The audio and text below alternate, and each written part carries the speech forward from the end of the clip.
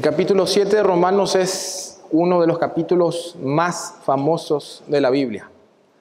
Ha sido tema de debate por muchos teólogos y predicadores, al punto que han quedado fascinados por unas cuestiones que están escritas en ese libro, sobre todo a partir del versículo 7 hasta el 25.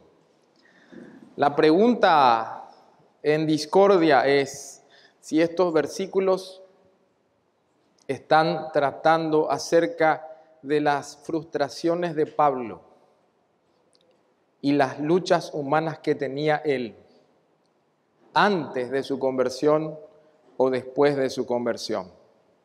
Algunas personas dicen que la persona descrita ahí ni siquiera es Pablo, sino que es un ejemplo. Pero eso lo vamos a ver más adelante. Resulta que el punto de interés general normalmente no es el protagonista principal o el tema principal del capítulo. Este es un asunto secundario que veremos más adelante.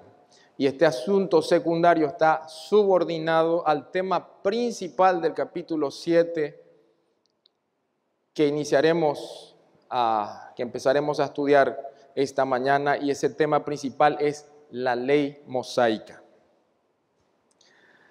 Hay otros que ven el desarrollo de Romanos capítulo 7 desde otra perspectiva. Entonces dicen que Pablo continúa el análisis de lo que hace a lo largo del libro acerca de los frutos de la justificación. Muchas gracias. Entre ellos, por ejemplo, en el capítulo 5 nosotros habíamos mencionado que Pablo está describiendo la nueva relación que existe entre Dios y el creyente. Dios y el creyente han sido reconciliados. Tenemos paz con Dios en el capítulo 5. En el siguiente capítulo, en el capítulo 6, habíamos visto que otro fruto de la justificación es la santidad. Podríamos verlo desde ese punto de vista. Pero desde el punto de vista de lo que está escrito, la santidad se desarrolla mostrando que la ley es incapaz de producir santidad en nosotros. Ahora él añade, según estas otras posturas, él añade el tema de la libertad. Pero ¿de qué libertad está hablando? Está hablando de la libertad de la servidumbre de la ley. La gloriosa libertad que disfrutan los hijos de Dios. Y el tema principal, recalcamos, del capítulo 7 de Romanos es la ley de Moisés. E inicia los primeros 6 versículos hablando de la libertad que tenemos de la ley. Cuando hablamos de la ley, obviamente estamos hablando de la ley de Moisés, también conocido como el Antiguo Pacto. Y esta libertad es mencionada en Romanos, más adelante, Romanos capítulo 8, versículo 21 dice: porque también la creación será libertada de la esclavitud de corrupción a la libertad gloriosa de los hijos de Dios. Ahora bien, en Romanos 7, en los primeros 6 versículos, utilizando una analogía del matrimonio, Pablo argumenta que hay que cortar con la esclavitud que tienen las personas hacia la ley o hacia las normas de piedad externa, para que así uno pueda ingresar a una nueva relación con Cristo. Y en estos primeros 6 versículos del capítulo 7, él está repitiendo muchas de las cosas que él ya había tocado en el capítulo 6. Por ejemplo, en el capítulo 6, lo que vemos en estos versículos que vamos a estudiar esta mañana tiene relación con el pecado. En el capítulo 6 habla del pecado y en el capítulo 7 menciona a la ley. Vamos a ver el vínculo entre la ley y el pecado. Y al igual que en el capítulo 6, en el versículo 2 del capítulo 6, ¿qué leemos? Dice, porque los que hemos muerto al pecado. Entonces, al igual que en el capítulo 6, el creyente está muerto al pecado. Por lo tanto, así como dicen los versículos 18 y 22, el creyente ha sido liberado de él. En el versículo 18 dice, y libertados del pecado, vinisteis a ser siervos de la justicia. En el versículo 22 dice, mas ahora que habéis sido libertados del pecado.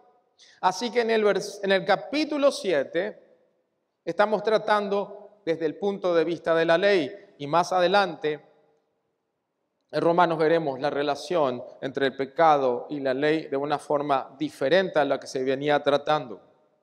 En el capítulo 7, en los primeros 6 versículos vemos que el creyente ha muerto ¿a qué?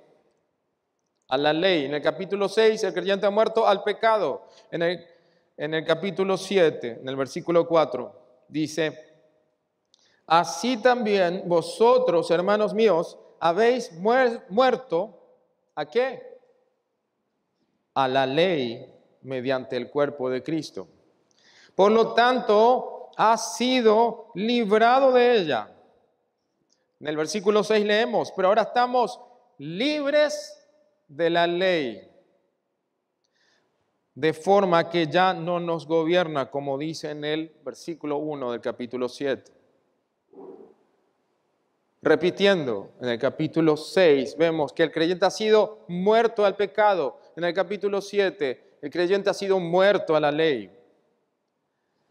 En el capítulo 6 vemos que el creyente ha sido librado del poder del pecado. En el capítulo 7 vemos que el creyente ha sido librado del yugo de la ley.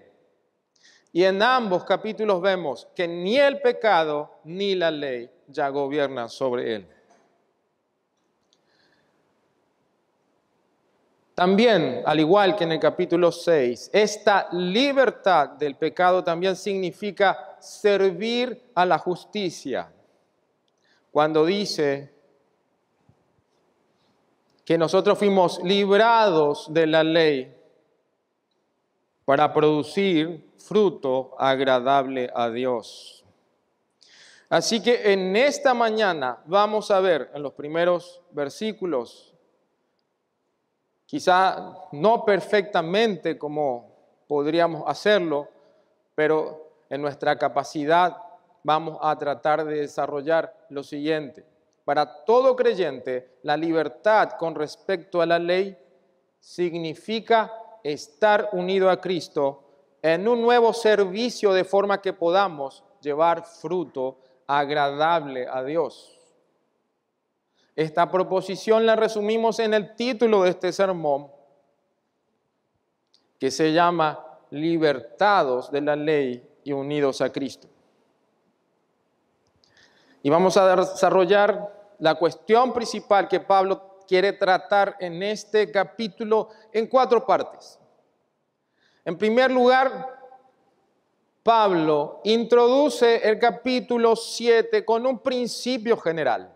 Este principio general es que la muerte corta la esclavitud que manteníamos con la ley. Ese es el principio general.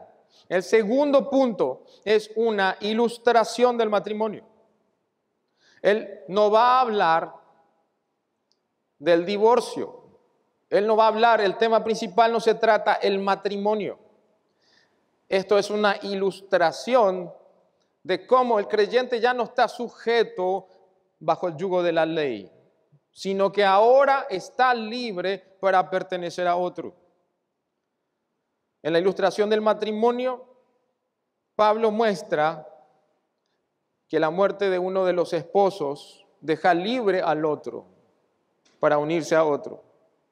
El siguiente punto es una aplicación del principio general. Y recordemos que el principio que está tratando en estos versículos es que la muerte corta la esclavitud que mantenemos con la ley.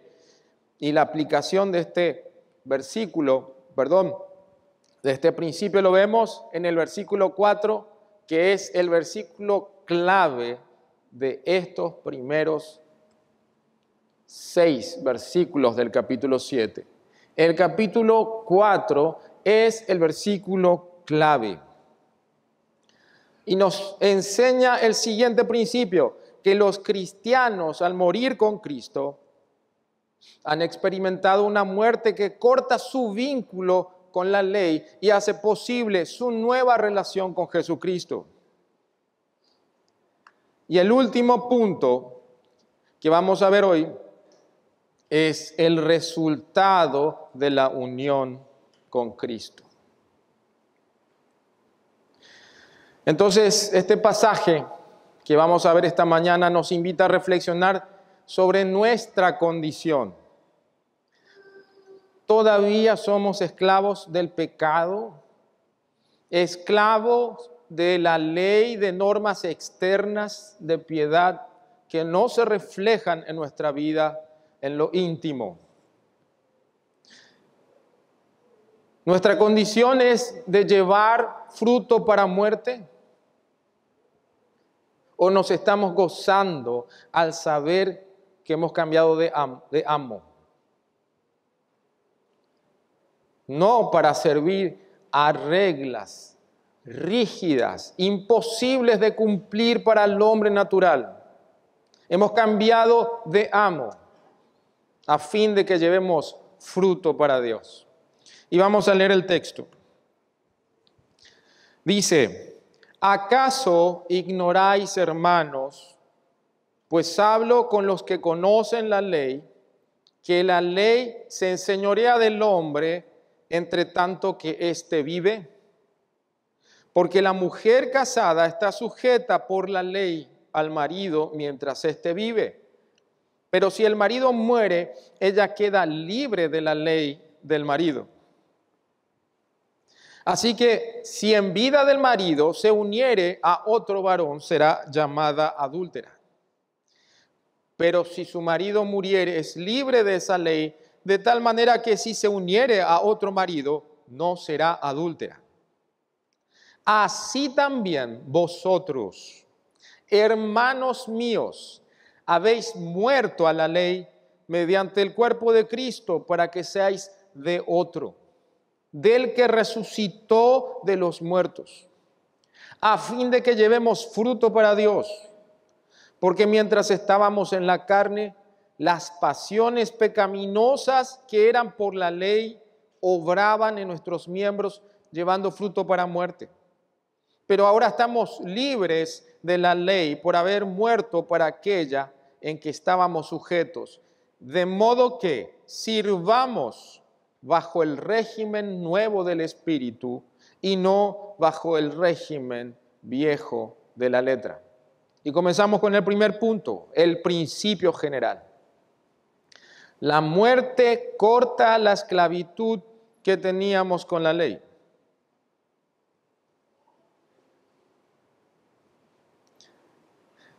Esto mismo nosotros lo habíamos visto en el capítulo 6, versículo 14. Pablo empieza explicando, empieza declarando esta verdad, diciendo en el versículo 14, porque el pecado ya no será Señor sobre vosotros, porque vosotros no estáis bajo la ley, sino bajo la gracia. Pero después Aparentemente él no está contestando en el capítulo 6 esa pregunta o esa afirmación. El pecado ya no será Señor porque no estamos bajo la ley, sino bajo la gracia. Y él pasa apresuradamente, deja esa verdad y pasa apresuradamente sin explicar completamente eso para contestar la pregunta más urgente cuando decía, ¿pecaremos porque no estamos bajo la ley, sino bajo la gracia? Esa era la pregunta urgente que Pablo quería contestar. De hecho, que en el capítulo 6, versículo 1 dice, ¿qué pues? ¿Pecaremos? ¿Perseveraremos en el pecado? Y en el versículo 15, ¿qué pues? ¿Pecaremos porque no estamos bajo la ley, sino bajo la gracia? Él estaba apresurado para responder esas preguntas. Entonces, deja de cierta forma sin responder esa cuestión. Porque el punto principal del capítulo 6 era esto. La contestación es la siguiente. Es el versículo 23 en el capítulo 6. ¿Pecaremos? ¿Perseveraremos en el pecado? ¿Pecaremos para que la gracia abunde? ¿Vamos a pecar porque no estamos bajo la ley, sino bajo la gracia? Y él responde en el versículo 23 y dice, porque la paga del pecado es muerte. Absolutamente no. No podemos perseverar en el pecado porque la paga del pecado es muerte. Mas la dádiva de Dios es vida eterna en Cristo Jesús, Señor nuestro. ¿Y qué estaba diciendo Pablo con todo eso? No debe usarse la gloriosa doctrina de la justificación por la fe como excusa para la práctica del pecado.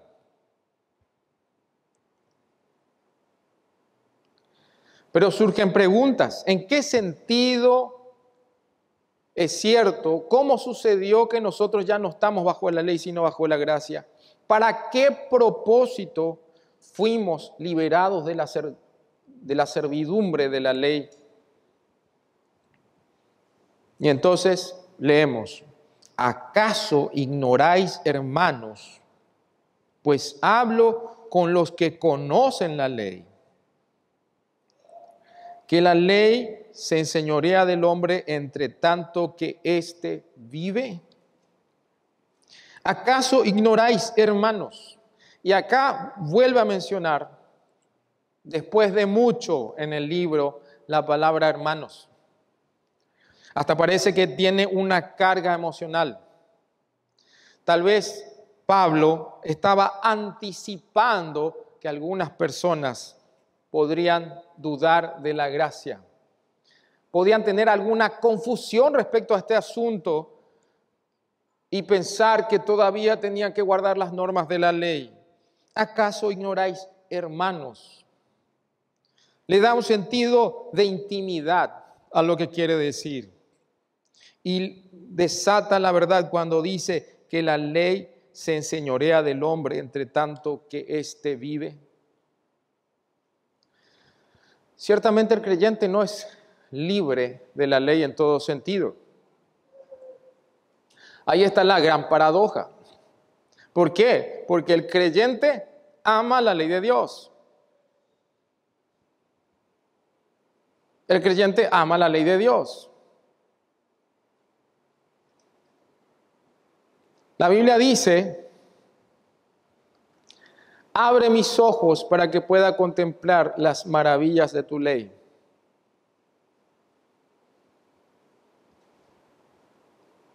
Oh, cuánto amo yo tu ley. Ella es mi meditación todo el día. Salmo 119. También dice, gran paz tienen los que aman tu ley. Pero ¿a qué se refiere con la esclavitud de la ley?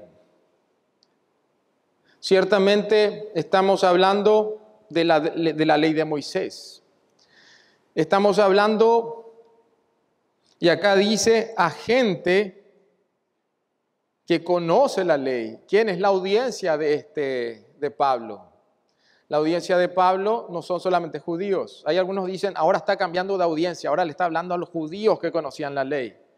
Pero no es cierto. Si la iglesia gentil, o sea, si la iglesia romana era principalmente gentil, por lo que habíamos explicado que hubo una expulsión de los judíos en el tiempo de Claudio, eso lo vemos en Hechos capítulo 18. Los creyentes gentiles fueron multiplicándose, los que habían profesado ser creyentes, que se congregaban en las sinagogas, dirigidas por los judíos que se habían convertido en el día de Pentecostés, habían proliferado y eran la mayoría en la iglesia. Entonces podemos decir que la audiencia en este caso es un grupo de gente que no todos eran judíos, pero estaban familiarizados con la ley.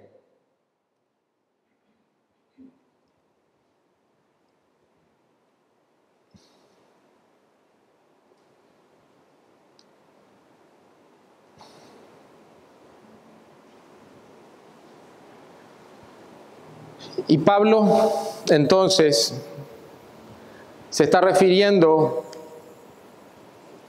a los convertidos, se está dirigiendo a los convertidos. Y ellos conocen este principio general, que la ley gobierna sobre la persona solo mientras éste vive. Y es un principio que estaba, digamos, arraigado en la cultura judía. Y posiblemente ellos en las sinagogas habrían escuchado este principio que también era transmitido por los rabinos.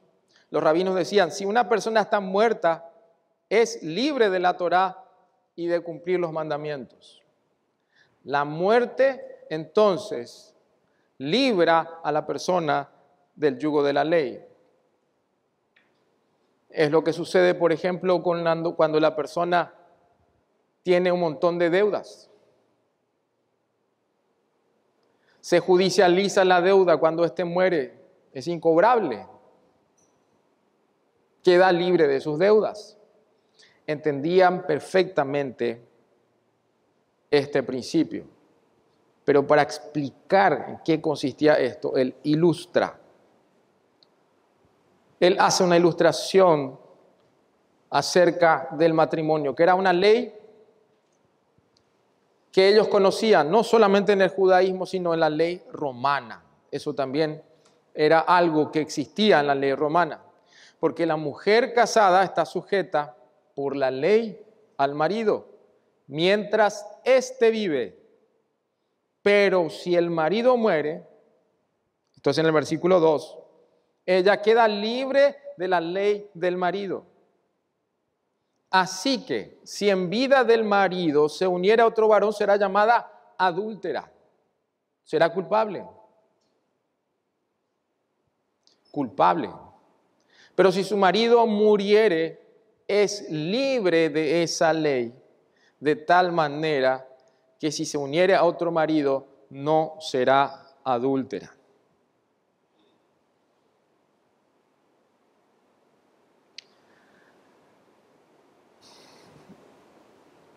Pero acá hay podríamos tener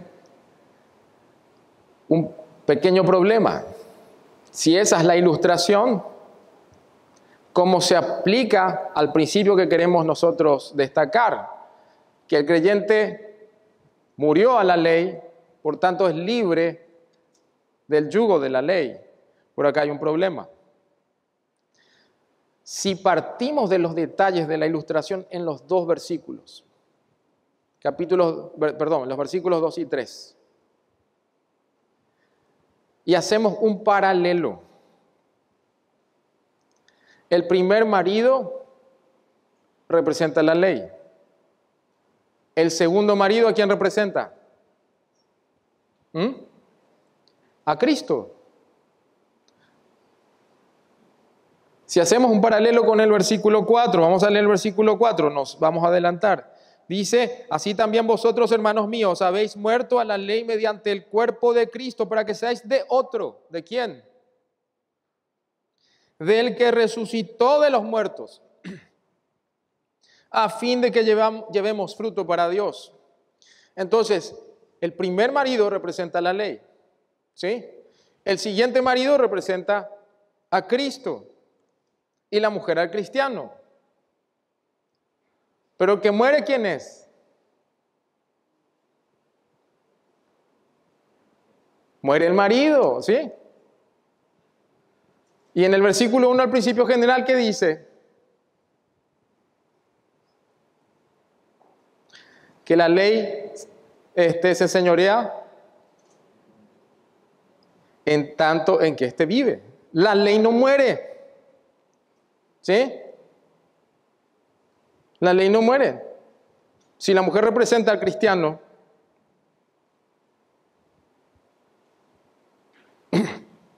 entonces, ¿qué pasó ahí?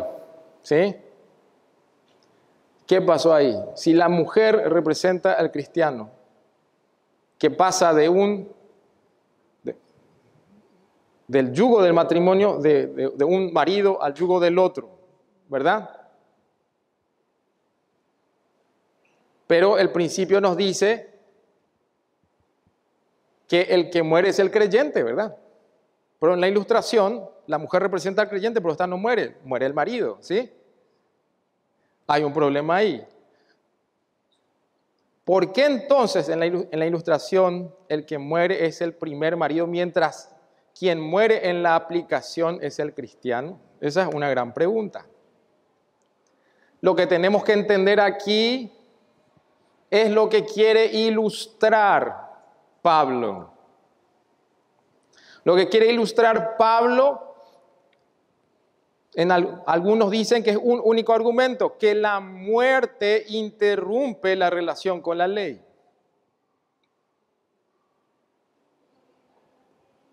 Porque habéis muerto a la ley, así como hemos muerto al pecado. La muerte del creyente en Cristo interrumpe que él esté sometido bajo el yugo de las reglas externas de piedad. La muerte interrumpe la relación con la ley. Pero en el versículo 4, en la aplicación teológica, nos dice, al citar un ejemplo, el matrimonio, en el que el desvincularse de la ley le permite a uno establecer una nueva relación. Eso es lo que nos está diciendo. No se toman todos los detalles exactamente, no es un paralelo. El punto principal de esto es que al desvincularnos de la ley, de estar sometidos a la ley, ahora estamos aptos, nos permite establecer una relación, una nueva relación. Y con un mejor marido, ¿sí? ¿Quién es Cristo el que resucitó? Podemos parafrasearlo así: reconociendo la validez del principio de que la muerte corta el vínculo de la persona con la ley. Ustedes, los creyentes, deben entender que al igual que esta mujer, ustedes han cortado mediante la muerte el vínculo con la ley y así han adquirido la capacidad de unirnos a otro que es Cristo. Hay algunos, es un poco difícil de entender. No es fácil de entender. Lo que nos está diciendo es que la muerte nos permite abandonar el yugo de la ley. Estamos hablando del antiguo pacto. No tenemos nosotros que cumplir todos los aspectos del antiguo pacto. No es necesario presentar los becerros. No es necesario presentar los corderos. No es necesario guardar todos los aspectos de la ley ceremonial. Tampoco significa esto que nosotros no estamos sujetos a la ley moral. Porque la ley representa al antiguo pacto. Pero nosotros ya no estamos en el antiguo pacto. Nosotros estamos en el nuevo pacto con Cristo. Y en el nuevo pacto se confirma la ley de Dios, porque todos los principios morales que nosotros vemos en el Nuevo Testamento son una réplica de lo que en el antiguo pacto los hombres piadosos debían guardar. El mismo Jesucristo dijo que Él no vino a abrogar la ley, sino para cumplir. Y Él vino a enseñar cuál era el espíritu de la ley, la cual el creyente sí puede aplicar en su vida. Por eso dice, ¿acaso no habéis oído? Porque ellos escuchaban en la sinagoga la lectura de la ley, que no se ha de adulterar. Obviamente ellos pensaban que guardaban la ley. Claro, yo no adultero, nunca engañé a mi esposa. Pero yo os digo que cualquiera que mira a una mujer para codiciarla ya adulteró con ella en el corazón. La intención del corazón, Dios juzga la intención del corazón. Y en el nuevo pacto nosotros estamos ahora en un nuevo régimen. En un nuevo régimen, ya no en el régimen de la letra. Algunos malinterpretan aquel versículo que dice que la letra mata, pero el espíritu vivifica. Y la letra, vemos más adelante en el versículo 6 de este capítulo, se refiere al antiguo pacto. El antiguo pacto era condenatorio, nos condena a muerte porque somos culpables. Porque es imposible para nosotros cumplir cada detalle de la ley. La letra mata, el antiguo pacto nos condena. Porque la ley, por medio de la ley, es el conocimiento del pecado. Y la ley no puede santificarnos porque es imposible para nosotros. Juan Calvino, tratando de explicar, digamos, esta diferencia, él hace una distinción. Él habla del oficio de la ley.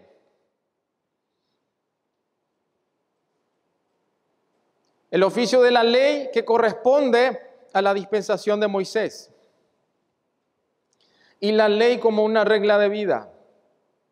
En el oficio de la ley incluye específicamente la exigencia que hace la ley de obediencia perfecta y que conduce a la condenación por la imposibilidad de alcanzar ese estándar. Eso está abrogado para el cristiano. Es imposible para nosotros. Y a eso se está refiriendo este pasaje. El cumplimiento perfecto, que es imposible. El cumplimiento perfecto que Cristo hizo con su vida perfecta. Y al final, esa culpabilidad, esa condenación, esa acusación que teníamos de la ley fue pagada en la cruz. Cuando Dios derramó su ira sobre Cristo, siendo el sacrificio de Cristo tan perfecto, tan puro, porque Él no murió por sus propios pecados. ¿Cómo podía ser un sustituto si Él hubiera sido un pecador? Siendo el perfecto, Él fue el perfecto sustituto, porque así como los corderos y los animales del antiguo pacto, era sin defecto.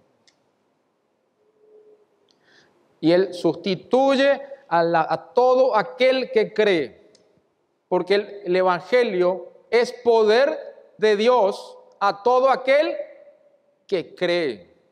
El que no cree, no.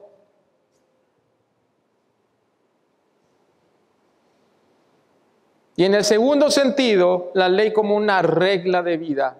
El creyente puede vivir en eso satisfactoriamente. Porque si fallamos, Cristo pagó por nuestros pecados. Pero Él nos libró de la condenación, de la muerte, nos libró del poder del pecado y nos permite a nosotros vivir la ley como una regla de vida, con todos los principios que nosotros leemos en la Biblia. La segunda función, según Calvino permanece en vigor.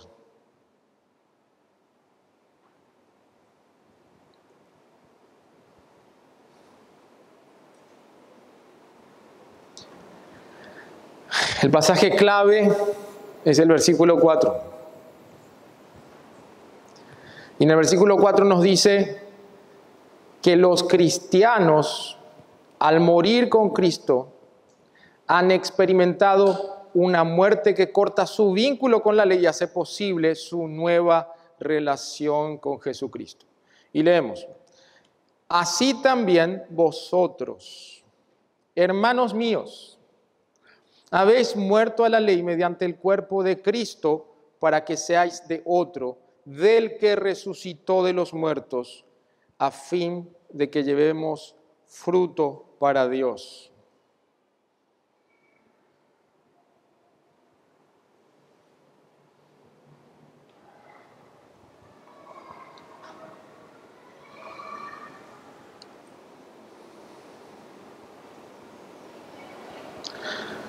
Entonces, lo que vemos aquí es lo siguiente. Como habíamos señalado, que morir a la ley nos ayuda mediante el cuerpo de Cristo. Nosotros morimos a la ley, así como morimos al pecado, así como vimos en el capítulo 6. Estamos identificados con Cristo en su muerte, por cuanto Él murió y resucitó y vive para Dios, eso dice. En el capítulo 6 también dice que es para que andemos en vida nueva. Para que andemos en vida nueva. Y nosotros morimos a la ley, al poder condenatorio de la ley, mediante el cuerpo de Cristo. El cuerpo físico de Cristo que fue sacrificado en nuestro lugar. El sacrificio vicario de Cristo. ¿Y para qué? Para que seamos de otro. ¿De quién? De Cristo. En el capítulo 6 es para que andemos, para que vivamos para Dios. Así como Él resucitó y vive para Dios, nosotros, así también, dice en el capítulo 6, también nosotros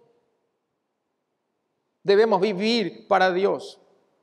Y en este caso, Cristo nos libra de ese poder acusatorio para que seamos de Él. Un mejor marido, para que seáis de otro, del que resucitó de los muertos. Cristo no se quedó enterrado o sepultado. Él resucitó. Y el Evangelio no está completo sin esa verdad, que Cristo resucitó.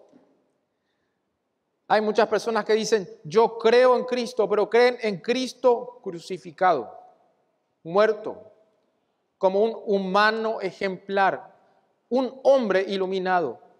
Pero Él no era un hombre, era más que un hombre. Y me viene a la mente el título de la conferencia en la cual están nuestros hermanos. Cristo, el inigualable. Él resucitó. ¿Y resucitó para qué? Para que seamos de Él. ¿A fin de qué? Llevemos fruto para Dios. La muerte a la ley, equivalente a la muerte al pecado, tiene un propósito. Que llevemos fruto. Pero ese fruto no es para nosotros, es para Dios. Y cuando hablamos de fruto, estamos viendo, podemos hablar de cuestiones de carácter, de cuestiones de conducta. No es una cuestión meramente reglamentaria, porque cuando hablamos de reglamento no queremos cumplir, es difícil. Todos sabemos. Es una cuestión de carácter. Dios está cumpliendo lo que decía en el capítulo 31 de Jeremías, la profecía del nuevo pacto. Vamos a leer Jeremías. En este sentido, dice, así también vosotros, hermanos míos. Vamos a leer Jeremías capítulo 31. Ya les digo el versículo. Versículo 31, 31. Dice, y aquí vienen días, dice Jehová, en los cuales haré nuevo pacto con la casa de Israel y con la casa de Judá. El nuevo pacto era para Israel, pero en Cristo nosotros sabemos que el nuevo pacto es para todas las naciones. Porque desde el principio de la promesa del Evangelio, vemos en Abraham que en su simiente serían benditas todas las naciones de la tierra.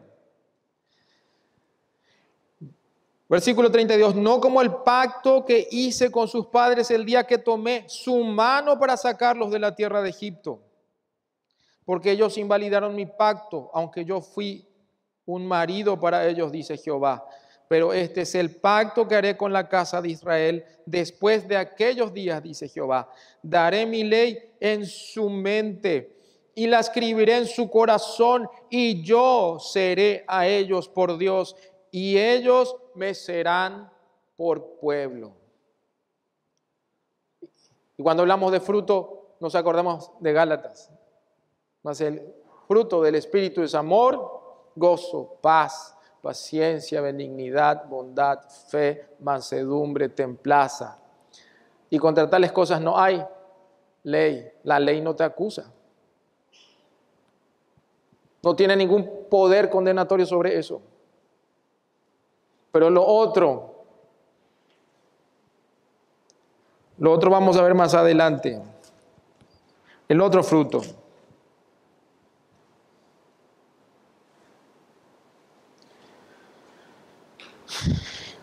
El último punto es el siguiente.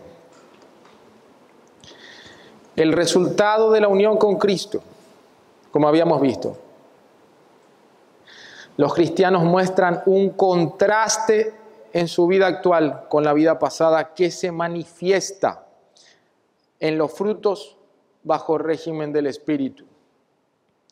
Y leemos los versículos 5 y 6. Dice, porque mientras estábamos en la carne, las pasiones pecaminosas que eran por la ley obraban en nuestros miembros, llevando fruto para muerte. Pero ahora estamos libres de la ley, por haber muerto para aquella en que estábamos sujetos, de modo que sirvamos bajo el régimen nuevo del Espíritu y no bajo el régimen viejo de la letra. Ahí está el contraste. Cuando estábamos en la carne, las pasiones pecaminosas que eran por la ley obraban en nuestros miembros. Estábamos. Se incluye Pablo, porque él también estuvo sin Cristo alguna vez. Y este es el contraste. Si nos analizamos a nosotros mismos, podemos decir, ¿estamos en Cristo o estamos en la carne? Estar en Cristo es estar libres de la ley. ¿Por qué? Porque tu marido es Él.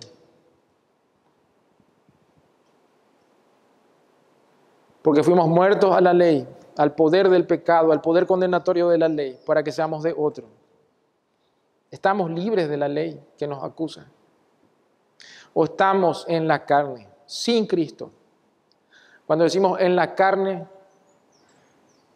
entendemos perfectamente que es en una situación de condenación. Cuando todo tu cuerpo, todo tu ser, toda tu mente va corriendo al pecado.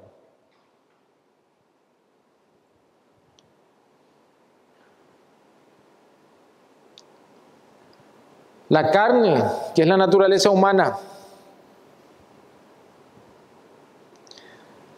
la naturaleza pecaminosa,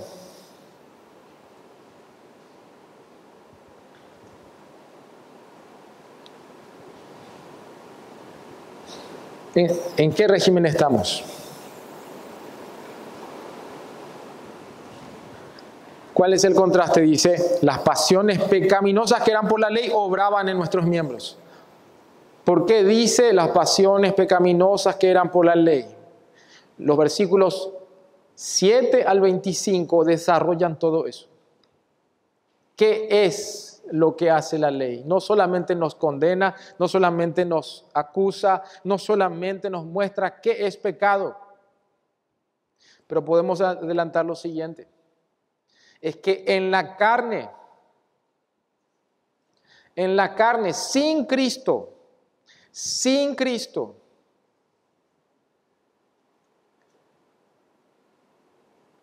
nuestra naturaleza rebelde, nuestra naturaleza caída se rebela contra la ley, contra todo lo que es bueno.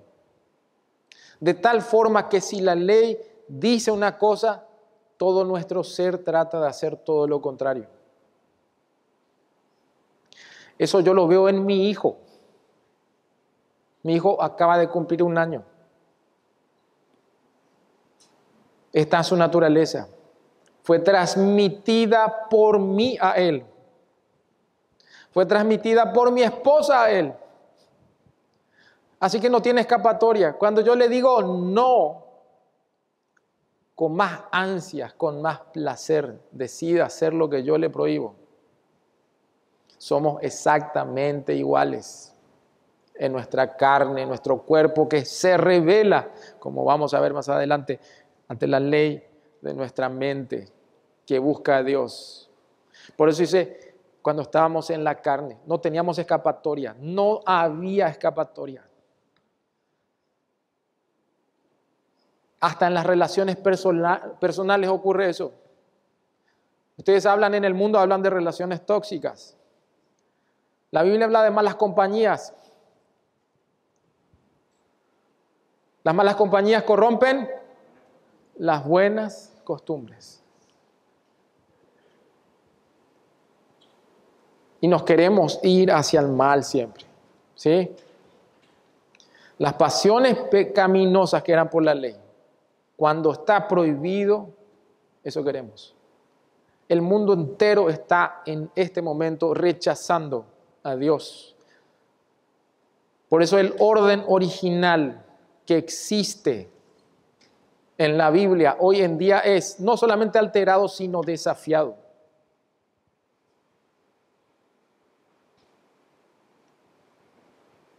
Las relaciones del mismo sexo. Hoy en día le llaman poliamor a la infidelidad.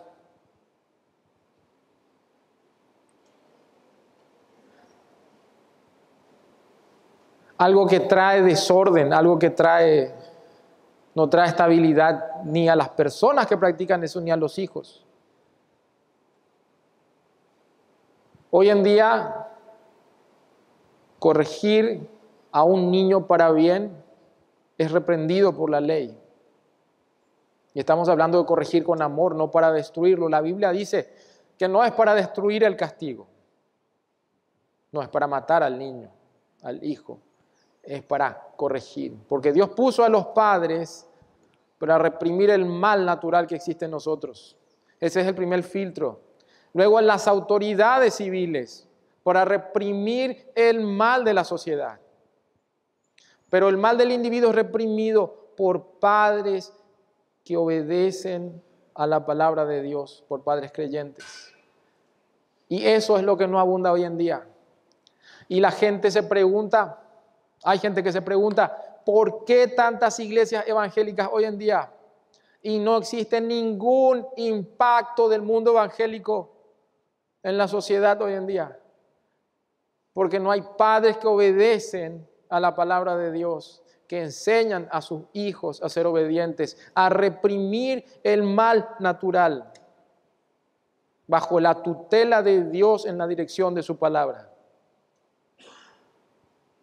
No hay ningún impacto, porque hoy en día la piedad y la santidad están mal vistos dentro de la iglesia.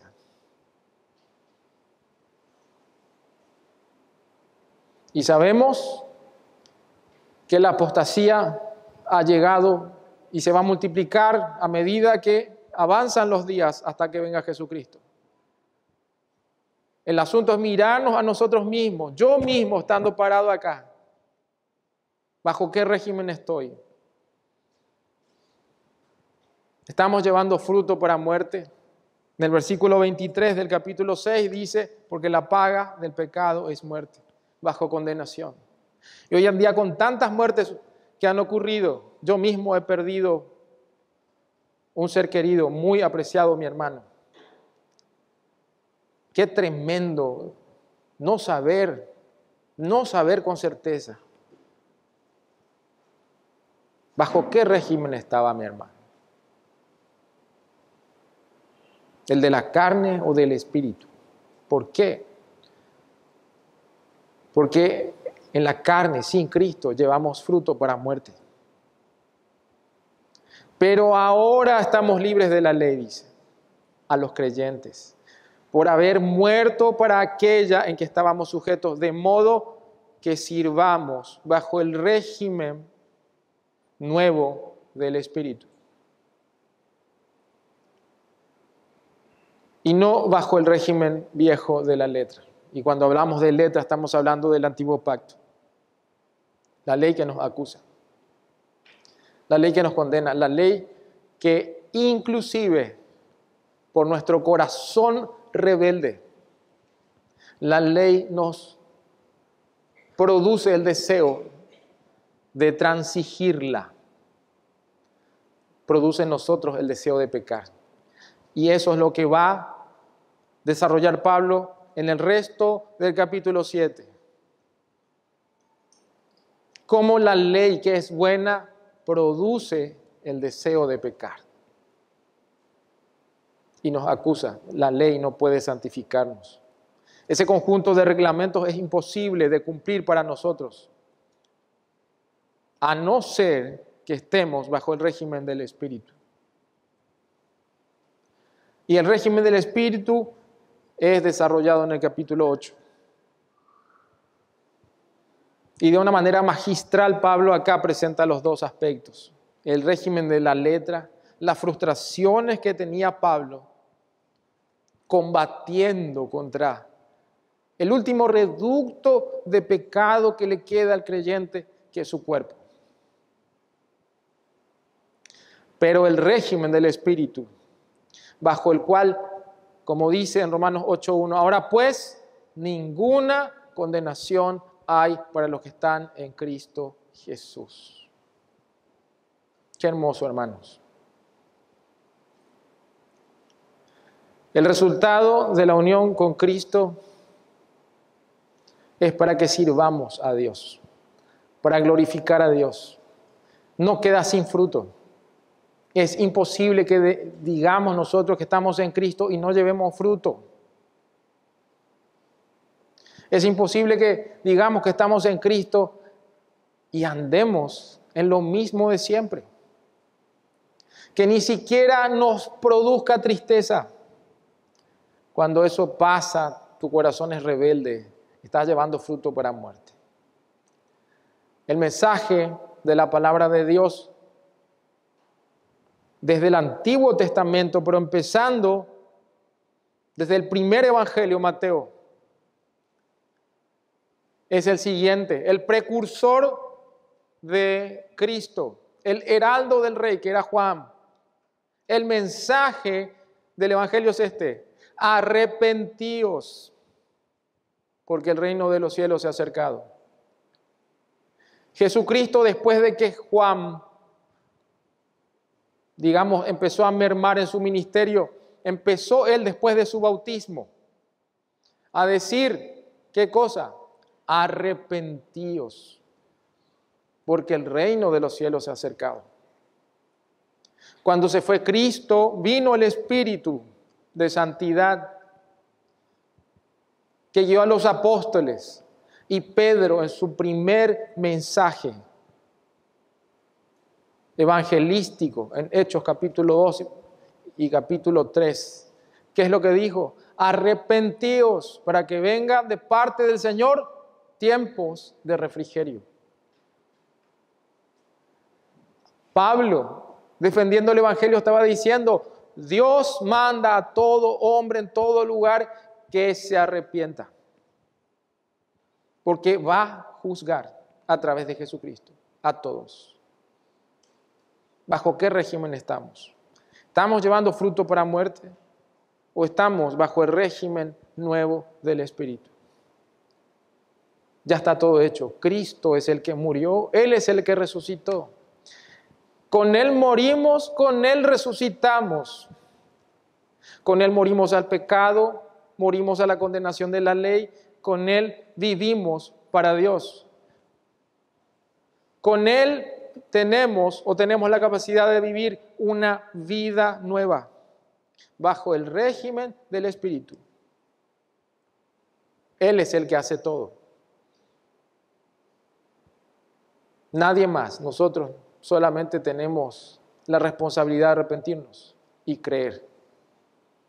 El Señor lo hará todo. Vamos a orar. Padre Celestial, te damos gracias por tu palabra, porque ella nos da esperanza, Señor. Lo que es imposible para nosotros, Señor, por la obra de Cristo nosotros podemos vivir una vida nueva, Señor. Estar libres de la condenación de la ley, Señor, la cual nos condena, Señor, y nos muestra que somos culpables. Ayúdenos, Señor, y a cada persona que todavía no entiende cuál es su condición, si están en la carne, en sus pasiones, llevando fruto para muerte, Señor, que puedan arrepentirse, para que vivan bajo el régimen del Espíritu, Señor, el cual usted pone en cada creyente para capacitarlo y así vivir, Señor, para Dios, para usted, Señor. Le damos gracias, Señor, porque su palabra a usted lo glorifica. Nosotros somos mensajeros inútiles, nada más. Yo mismo. Sabemos, Señor, que el protagonista, el héroe de la Biblia es usted, Señor. El protagonista y el héroe de la salvación es usted. Y nuestra vida, Señor, debe ser para usted, para su gloria. En Cristo Jesús. Amén.